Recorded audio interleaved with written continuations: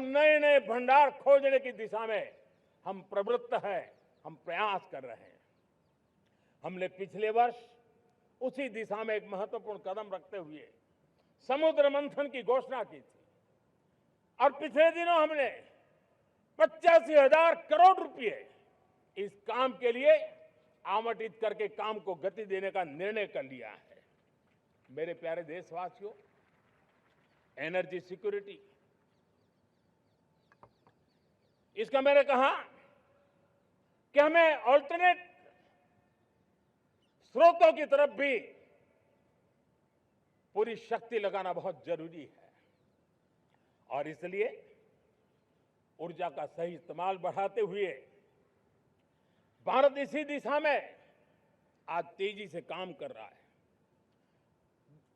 2014 से पहले, मतलब आज से 12 साल पहले, हमारे देश में सिर्फ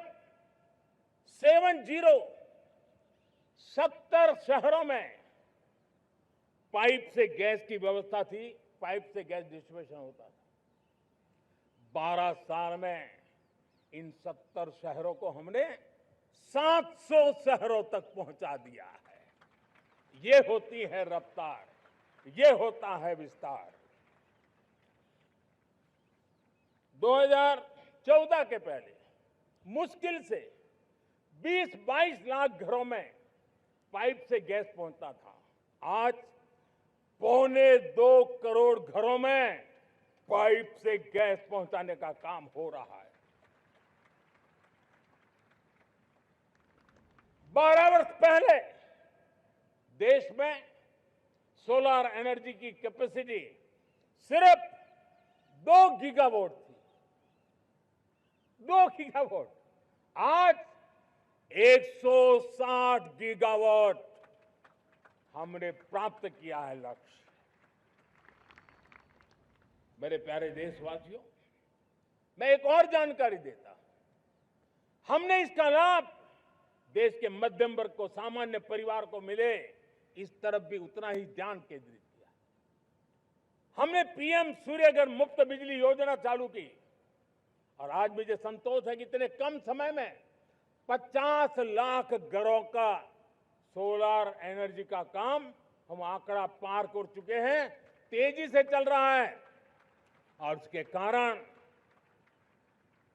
हजारों घरों का बिजली बिल 0 हो गया है। हजारों घर अपनी बिजली का उपयोग करने से अतिरिक्त बिजली आज बेच करके कमाई कर रहे हैं। हर परिवार को हम इस काम के लिए 80,000 रुपया सरकार की तरफ से एक एक परिवार को मदद दी जा रही है, तब जाकर के हम इस काम को पूरा कर रहे हैं। मेरे प्यारे देशवासियों, आपको जानकर के हैरानी होगी,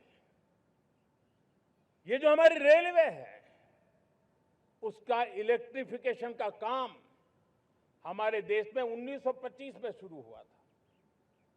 1925 में इलेक्ट्रिफिकेशन का काम शुरू हुआ, लेकिन 90 साल में 1925 से लेकर के 90 साल में सिर्फ 30% रेल का इलेक्ट्रिफिकेशन हुआ था।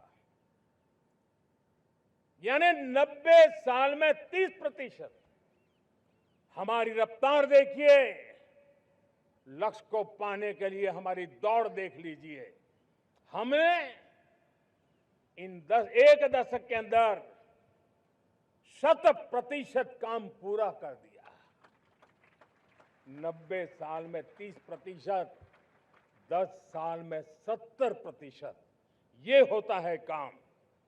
और इसके कारण डीजल जो हमें बाहर से लाना पड़ता है उसकी बचत हुई, बिजली से हमारी ट्रेनें चली, पर्यावरण को फायदा होने लगा। मेरे प्यारे देशवासियों, हम यहां से नहीं रुके हैं, हम दुनिया के अंदर पीछे रहना नहीं चाहते। पिछले दिनों आपने खबर सुनी होगी, भारत ने ईंधन का एक नया क्षेत्र को भी छू लिया है। देश ने पहली हाइड्रोजन से चलने वाली ट्रेन शुरू कर दी